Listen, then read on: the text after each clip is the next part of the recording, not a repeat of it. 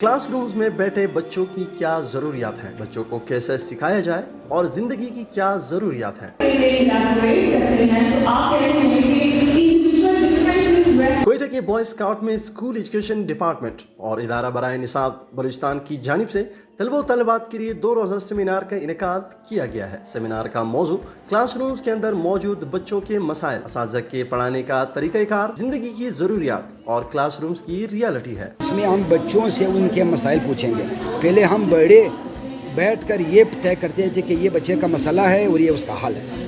اس بار منفرد یہ اس لیے ہے کہ بچہ خود بیٹھے گا، بچہ خود اپنا مسئلہ بتائے گا اور بڑے اس کا حل نکالیں گے۔ پہلے ہم بڑے بیٹھ کر یہ فیصلہ کرتے تھے کہ ہم ازیوم کرتے تھے کہ یہ بچے کا مسئلہ ہوگا اور یہ اس کا حل ہے، لیکن اس بار انفرادیت اس کی یہ ہے کہ بچہ خود بیٹھا ہوگا، بچہ خود سوال کرے گا، چاہے وہ منسٹر لیول کا ہو، چاہے وہ سیکریٹری لیول کا ہو، چاہے وہ ٹیچر کے لیول کا سوال ہو، ٹیچنگ لرننگ پروسیس کے اندر۔ 2 روزہ سیمینار کے پہلے دن کوئٹہ کے مختلف اسکولوں کے بچوں نے شرکت کی۔ بچوں نے شرکاء کے سامنے اپنے ٹیلنٹ کا مظاہرہ کیا اور شرکاء سے خوب داد بھی وصول کی۔